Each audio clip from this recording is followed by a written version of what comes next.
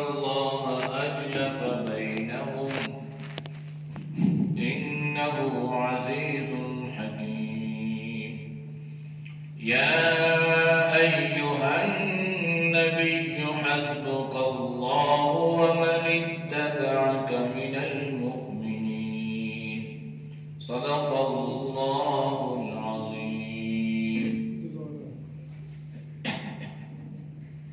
وَإِنْ اور اگر یریدو وہ چاہیں یا چاہتے ہیں ان کے یخدعوک آپ کو دھوکہ دیں فَإِنَّ بس بے شک حسبک اللہ کافی ہے تیرے لیے اللہ هو الذی وہ ذات ہے ایدک تیری تائید کی بنصرہ اپنی مدد کے ساتھ وبالمؤمنین اور ایمان والوں کی وَأَلَّفَ اور الفت ڈالی بین قلوبہم ان کے دلوں میں لو اگرچہ انفقتا تو خرچ کرتا ما وہ چیز فی الارض جو زمین میں ہے جمیعا ساری کی ساری ما الفتا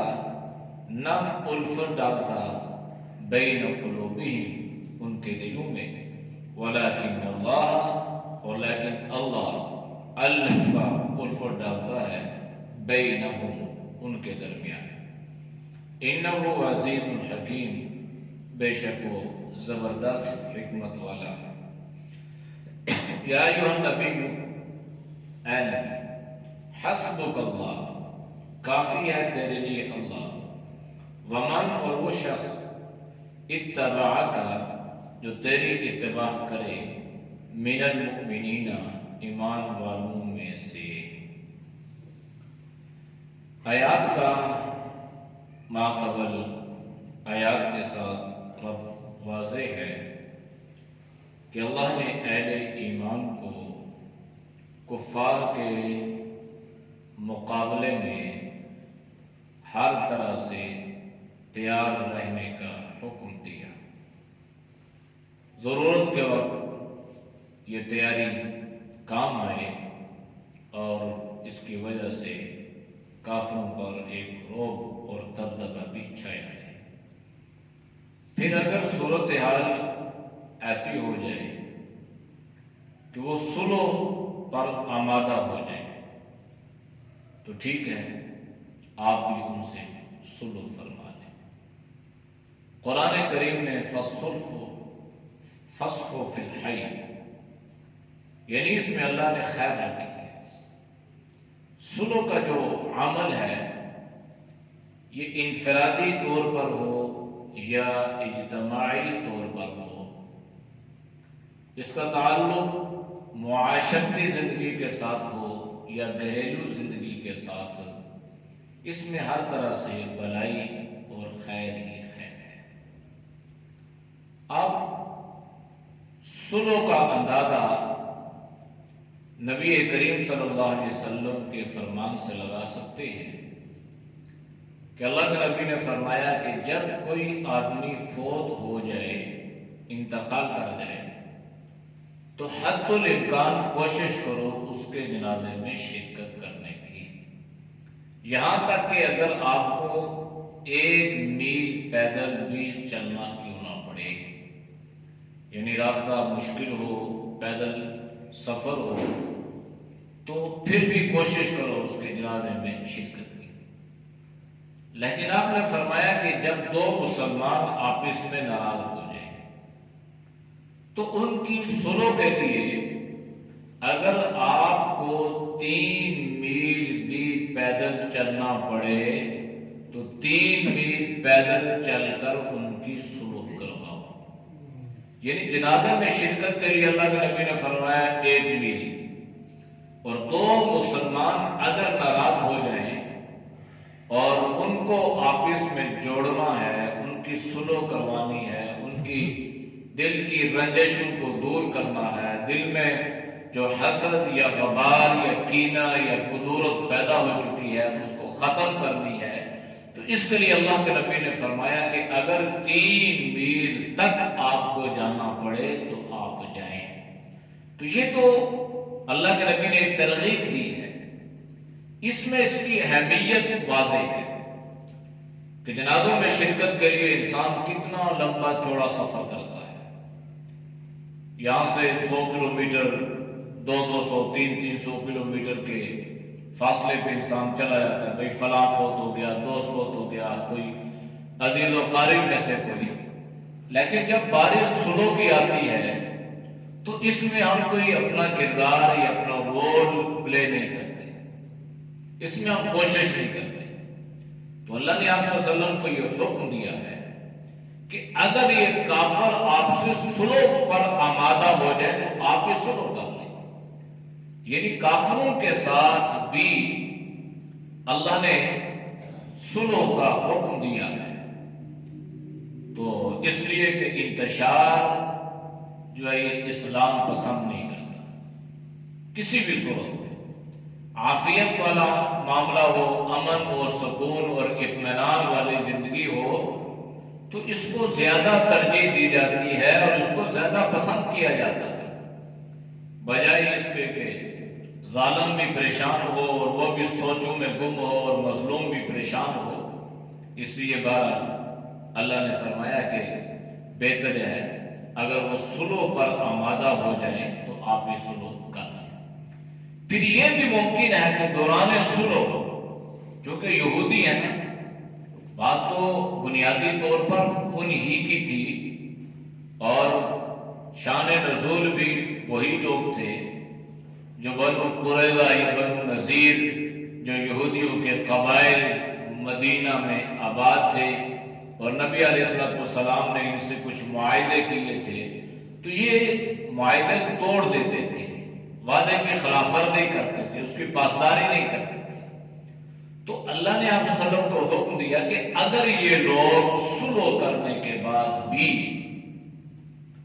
کوئی اندرونی طور پر کسی سازشوں میں مصروف رہے تو پھر آپ یہ سنیں وَإِن تُرِيدُوا، اگر وہ لوگ چاہتے ہیں أَن يَخْدَعُوكَ کہ وہ آپ کو دغا دیں، آپ کو دھوکہ دیں۔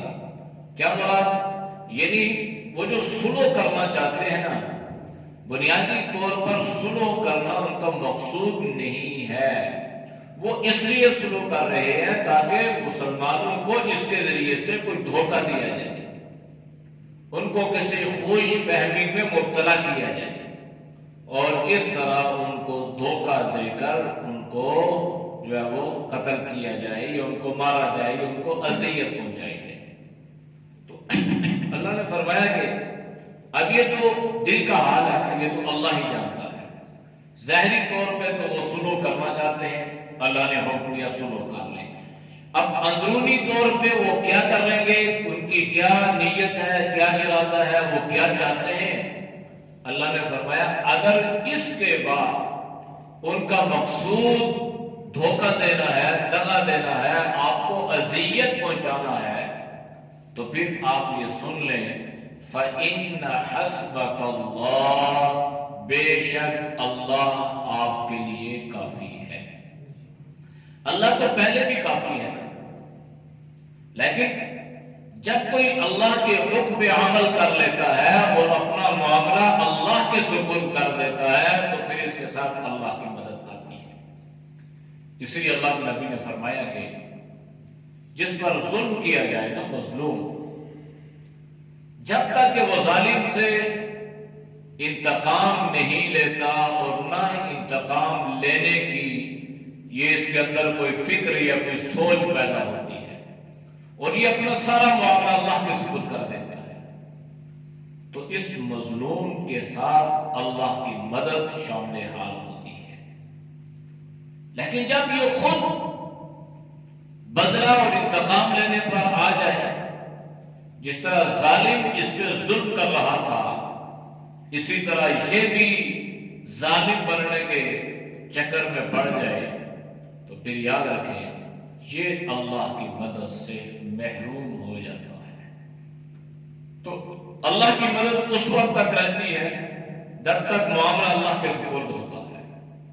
تو جب معاملہ اس نے اپنے ہاتھ میں لے لیا اور خود وہ فیصلہ کرنے کے پیچھے لگ گیا اور خود وہ بدلہ اور انتقام لینے لگا تو اب یہ اللہ کی مدد سے محروم ہو گیا. اس لیے اللہ نے فرمایا فَإِنَّ حَسْبَكَ اللَّهُ، تو اللہ تیرے لیے کافی ہے. اور جس کے لیے اللہ کافی ہو ساری کائنات بھی اس کی مخالف ہو جائے اسے کوئی اذیت یا کوئی پریشانی نہیں پہنچا سکتی.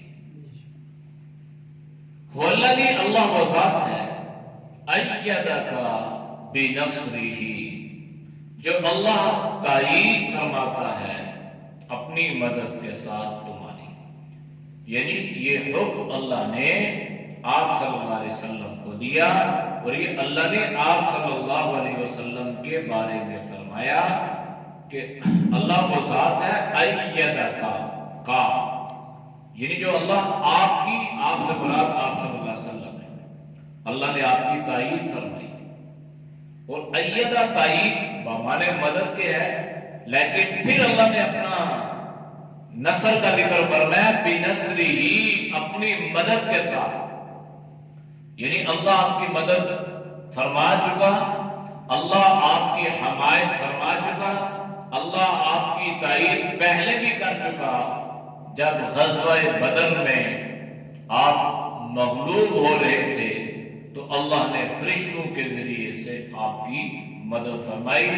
وَلَقَدْ نَصَرَكُمُ اللَّهُ بِبَدْرٍ وَأَنْتُمْ أَذِلَّةٌ وَبِالْمُؤْمِنِينَ، اللہ آپ کے لیے بھی کافی ہے، اللہ آپ کی مدد بھی کرتا ہے اور اللہ ایمان والوں کے لیے بھی کافی ہے اور اللہ ایمان والوں کی مدد بھی فرماتا ہے. لیکن اعمال کے ساتھ اللہ کی نصرت کا وعدہ ہے. اعمال کے ساتھ صرف اس پر وعدہ نہیں ہے کہ بس کلمہ پڑھ لو میری مدد آئے گی، نہیں. ایمان کے ساتھ اعمال صالحہ کی شرط ہے کہ جب تم ایمان کے ساتھ اعمال صالحہ کرو گے تو پھر میرا تمہارے ساتھ یہ وعدہ ہے کہ میری مدد، میری نصرت قدم قدم پر تمہارے ساتھ رہے گی. لیکن جب اعمال نہیں ہے تو پھر اللہ کی نصرت کا وعدہ بھی نہیں. تو یہ بالمؤمنین اللہ نے فرمایا، اس میں صحابہ بھی مراد ہیں جو سب سے اول مومن ہیں. اس کے بعد چلنے والا ہر ایمان والا جس کے دل میں ایمان کی رتی موجود ہوگی وہ بھی مومنی. تو یہ وعدہ مومنوں کے ساتھ بھی ہے، یہ وعدہ ہمارے ساتھ بھی ہے کہ آج بھی اگر ہم ایمان کے ساتھ اعمال صالحہ اختیار کریں تو اللہ کی مدد اور اللہ کی نصرت شامل حال رہے گی. وَأَلَّفَ بَيْنَ قُلُوبِهِمْ، دل چونکہ اللہ کے قبضے میں ہے اور دلوں میں محبت بھی اللہ ہی پیدا فرماتا ہے. اس لیے نبی علیہ السلام یہ دعا فرمایا کرتے تھے، یا مقلب القلوب ثبت قلبی علی اطاعتک، اور ایک روایت میں ثبت قلبی علی دینک. فرمایا کرتے تھے کہ اے دلوں کے پھیرنے والے، یعنی دل اللہ کے قبضے میں ہے اور یہ دل پھرتا ہے، تو اے دلوں کے پھیرنے والے ہمارے دل کو ثابت رکھنا، استقامت عطا کرنا دین پر یا اپنی اطاعت پر. تو یہ دل جو ہے یہ اللہ کے قبضے میں ہے. کبھی کسی کی محبت زیادہ آ جاتی ہے، کبھی کسی کی محبت کم ہو جاتی ہے، کبھی اس دل میں کدورت پیدا ہو جاتی ہے، نفرت پیدا ہو جاتی ہے. تو اس کے لیے اللہ نے فرمایا وَأَلَّفَ بَيْنَ قُلُوبِهِمْ، اور اللہ نے الفت ڈال دی، محبت ڈال دی ان کے دلوں میں. صحابہ کے دلوں میں اللہ نے محبت ڈال دی، اہل ایمان کے دلوں میں اللہ نے ایک دوسرے کا احساس، ایک دوسرے کی محبت، ایک دوسرے کی الفت کو اللہ نے پیدا فرما دیا. اور یہ اللہ کی بڑی دین ہے کہ اللہ کسی کے دل میں کسی کی محبت کو ڈال دے. ورنہ شیطان تو یہ چاہتا ہے کہ اس کے دل میں کدورت اور اس کے دل میں حسد اور اس کے دل میں نفرت ہی پیدا ہوتی ہے. تو حسد بھی دل میں پیدا ہوا، کدورت بھی پیدا ہوئی، کینہ بھی پیدا ہوا. اب یہ ساری برائیاں ہیں جن کا تعلق انسان کے دل کے ساتھ ہے. اس لیے نبی علیہ السلام نے یہ دعا سکھلائی اور آپ نے ارشاد فرمایا کہ خبردار، انسان کے جسم میں گوشت کا ایک لوتھڑا ہے، جب وہ درست ہے تو سارا بدن درست ہے، اور جب وہ خراب ہے تو اس کے سارے اعمال خراب ہیں. آپ نے فرمایا وہی قلب، اور یہ دل ہے. اور آپ نے اشارہ فرمایا التقوی ہا ہونا، کہ تقوی جو اللہ کا خوف اور اللہ کا ڈر ہے نا، یہ انسان کے دل میں پیدا ہوتا ہے. اس کا کسی کے ساتھ کوئی تعلق، کوئی لنک نہیں ہے، کوئی دیکھ رہا ہے یا نہیں دیکھ رہا. اس کا تعلق براہ راست اللہ کی ذات کے ساتھ ہے، اور یہ سمجھتا ہے کہ میرا رب مجھے دیکھ رہا ہے. تو جب دل میں یہ خیال اور تصور پیدا ہوگا تو وہ گناہ کرنے پر قادر بھی ہو جائے، اسے قدرت بھی مل جائے، تب وہ گناہ نہیں کرے گا، اس لیے کہ وہ یہ سمجھے گا اور یہ محسوس کرے گا اور یہ سوچے گا کہ میرا رب مجھے دیکھ رہا ہے. تو یہ تقویٰ ہے. تو ان ساری چیزوں کا تعلق جو ہے یہ محبت کے ساتھ ہے. تو وَأَلَّفَ بَيْنَ قُلُوبِهِمْ، دلوں میں محبت کا پیدا کرنا، دلوں کا پھیرنا، یہ اللہ کے قبضے میں ہے. لو انفقت ما فی الارض جميعا، اگر آپ خرچ کر دیں جو کچھ زمین میں ہے، ساری زمین، یعنی آپ اپنا سارا سرمایہ بھی خرچ کر دیں، آپ اپنی ساری دولت بھی خرچ کر دیں، ما الفت بین قلوبہم، تو آپ ان کے دلوں میں محبت کو نہیں پیدا کر سکتے. آپ نہیں ڈال سکتے.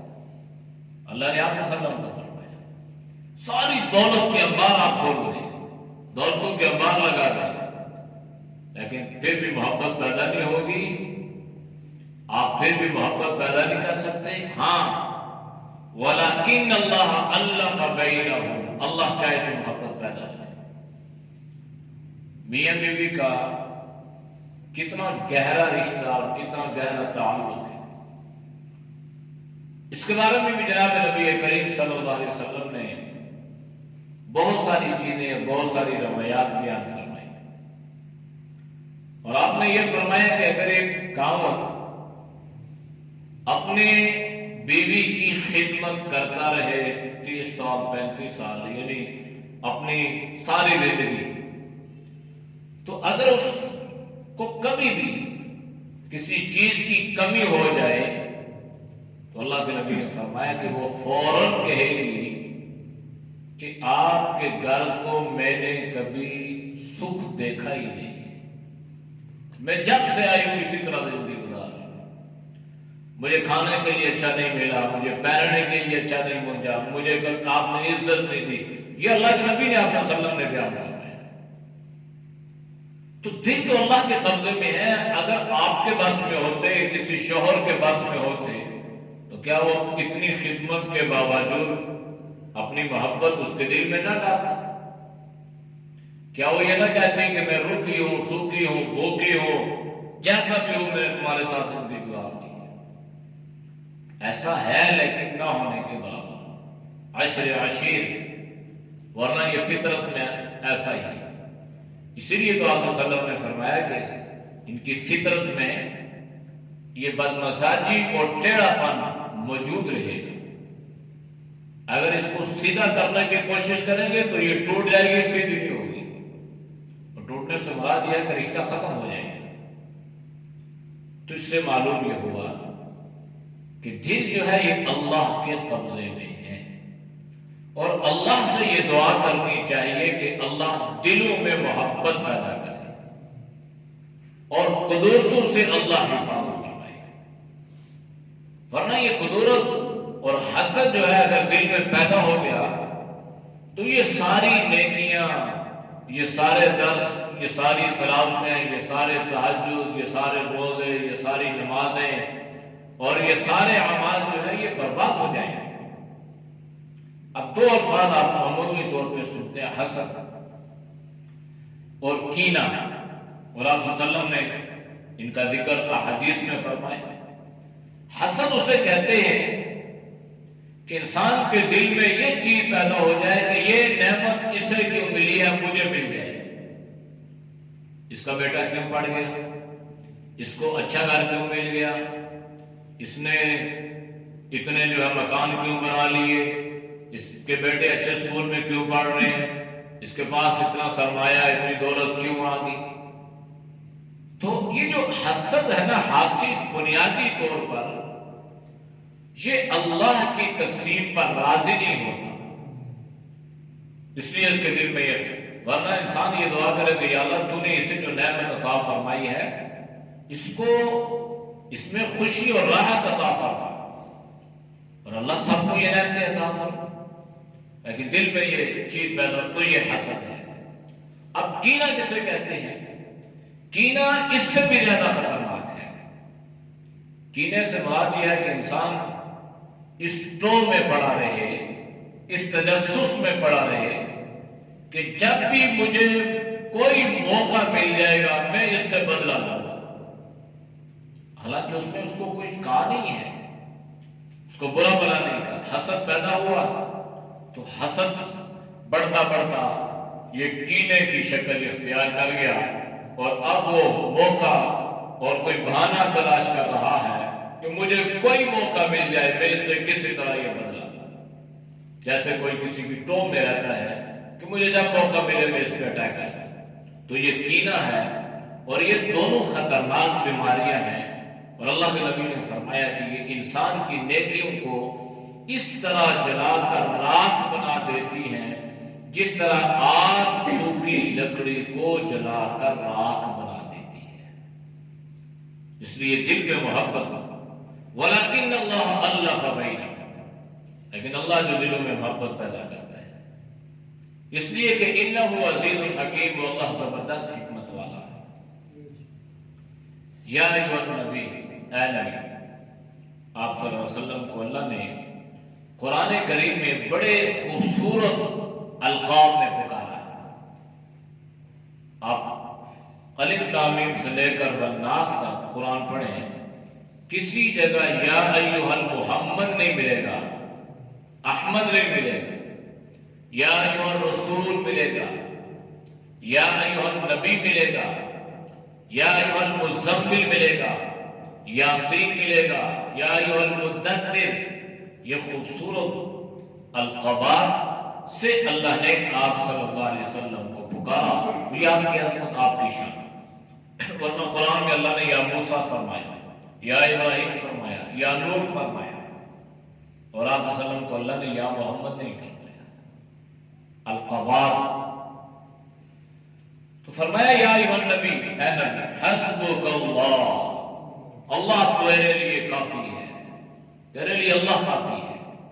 مراد یہ ہے کہ یہ دنیا کے جتنے اسباب ہیں ان کو اختیار تو کرنا ہے، لیکن ان اسباب پر اعتماد نہیں کرنا۔ کبھی انسان فائر کرتا ہے نا بندوق سے، شکار کرتا ہے تو اس کے ذہن میں ہوتا ہے کہ نشانے پہ لگے گا، تو کبھی ایسا بھی ہوتا ہے کہ وہ فائر نکلتا ہی نہیں، وہ چلتا ہی نہیں، اور کبھی ایسا بھی ہوتا ہے کہ جو گولی اس نے کسی کے لیے ڈالی ہے وہ اپنے اوپر لگتی ہے، کئی واقعات ایسے بھی۔ تو ان اسباب میں اللہ تاثیر رکھتا ہے۔ اللہ نے فرمایا کہ اسباب اختیار تو کرو لیکن ان پہ اعتماد اور یقین نہیں۔ حسبک اللہ، اللہ آپ کے لیے کافی ہے۔ ومن، اور وہ شخص، اتبعک من المؤمنین، جو تیری اتباع کرتا ہے ایمان والوں میں سے۔ تو گویا اللہ نے آپ صلی اللہ علیہ وسلم کو دو چیزیں اور دو باتوں سے آگاہ فرمایا، یقین دہانی کروائی۔ ایک یہ کہ اللہ تیرے لیے کافی ہے، دنیا ساری الگ ہو جائے تو تجھے کوئی پرواہ فکر کی ضرورت نہیں ہے، اللہ تیری مدد فرمائے گا، اللہ تیرے لیے ہی کافی ہے۔ پھر اللہ نے دوسری بات یہ بھی فرمائی کہ تیرے لیے ایمان والے بھی کافی ہیں، اور ان ایمان والوں سے مراد جو آپ صلی اللہ علیہ وسلم کے زمانے میں تھے وہ حضرات صحابہ کرام رضوان اللہ علیہم اجمعین تھے۔ فرمایا کہ وہ بھی مومن ہیں اور وہ بھی تیری اتباع کرنے والے اور وہ بھی تیرے لیے کافی ہیں۔ تو وہی بات ہوئی، ایمان والے اگرچہ اس وقت تعداد کے اعتبار سے کم تھے لیکن اللہ کے نبی کی اتباع کرنے والے تھے تو کافی ثابت ہو گئے۔ 313 1000 کے اوپر سے لوگوں پر اللہ نے ان کو غلبہ عطا کر دیا تو یہ کافی ہو گئے۔ اس کے علاوہ جب آپ مکہ میں تھے تو آپ بہت قلیل تھے، آپ تعداد کے اعتبار سے کم تھے، لیکن جو ایمان والا تھا اللہ نے فرمایا وہ چونکہ آپ کی اتباع کرنے والا ہے اور آپ پر جان نچھاور کرنے والا ہے لہذا وہ بھی آپ کے لیے کافی ہے۔ تو یہ اللہ نے اپنی ذات کے ساتھ حضرات صحابہ کا ذکر فرمایا کہ اللہ بھی کافی ہے، صحابہ بھی کافی ہے تیرے لیے، تو اس سے معلوم یہ ہوا کہ اللہ کے نزدیک صحابہ کی عظمت کتنی زیادہ تھی کہ اللہ نے اپنی ذات کے ساتھ حضرات صحابہ کا ذکر فرمایا کہ میں بھی کافی ہوں، یہ صحابہ بھی تیرے لیے کافی ہیں۔ تو یہ اللہ نے آپ صلی اللہ علیہ وسلم کو تسلی اور تشفی دی اور یہ بتلا دیا کہ یہ جو ایمان والے ہیں نا یہ تیری اتباع جو کرتے ہیں یہ دل سے کرتے ہیں، ان میں خدا نہ خواستہ ایسا نہیں ہے کہ ظاہر اور باطن اور ہو، یہ تیری جان کو تیری ذات کو اپنی دنیا کی تمام چیزوں سے زیادہ قیمتی سمجھتے ہیں، اور ایک مسلمان کا ایمان بھی تب مکمل ہوتا ہے جب اس کے نزدیک آپ صلی اللہ علیہ وسلم کی ذات اس کی جان سے، اس کی اولاد سے، اس کے مال سے زیادہ عزیز ہو جائے۔ اعوذ باللہ من الشیطان الرجیم، بسم اللہ الرحمن الرحیم، وَإِن يُرِيدُوا أَن يَخْدَعُوكَ فَإِنَّ حَسْبَكَ اللَّهُ هُوَ الَّذِي أَيَّدَكَ بِنَصْرِهِ وَبِالْمُؤْمِنِينَ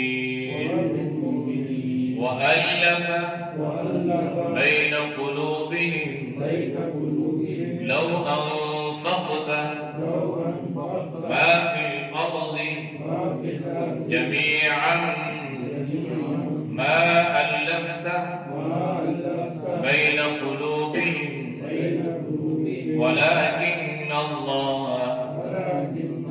أَلَّفَ بَيْنَهُمْ إِنَّهُ عَزِيزٌ حَكِيمٌ۔ يَا أَيُّهَا النَّبِيُّ حَسْبُكَ اللَّهُ وَمَنِ اتَّبَعَكَ مِنَ الْمُؤْمِنِينَ۔ صدق اللہ العظیم۔ الحمد للہ رب العالمین والعاقبۃ للمتقین والصلاۃ والسلام علی خیر خلق محمد وعلی آلہ وصحبہ اجمعین۔ یا اللہ ہم سب کے سرک میرا گناہوں کو معاف فرما، یا اللہ گناہوں سے حفاظت فرما، یا اللہ ہم سب کے دلوں میں ایک دوسرے کی محبت پیدا فرما، یا اللہ نفرتوں سے، قدرتوں سے، بغض سے، حسد سے، کینہ سے اللہ تو ہم سب کی حفاظت فرما، یا اللہ ہمارے دوست احباب کی حفاظت فرما، یا اللہ پوری امت کی حفاظت فرما، یا اللہ جس کے دل میں قدرت ہے، نفرت ہے کسی مسلمان کی، یا اللہ اس قدرت و نفرت کو ختم فرما کر یا اللہ اس کے دل میں اس کی محبت، اس کا ادب و احترام پیدا فرما، یا اللہ جتنے دوست احباب بزرگ تیری رضا کے لیے درس قرآن سنتے ہیں اللہ ان کے سننے کو قبول فرما، یا اللہ ان کی جان میں، مال میں، ایمان میں، صحت میں برکت عطا فرما، ہر پریشانی سے، ہر مصیبت سے، ہر آفت سے، یا اللہ اس کرونا وبا سے اللہ تو سب کی حفاظت فرما، پوری امت کی حفاظت فرما۔ صلی اللہ تعالی علی نبی الامی وعلی آلہ وصحبہ اجمعین برحمتک یا ارحم الراحمین۔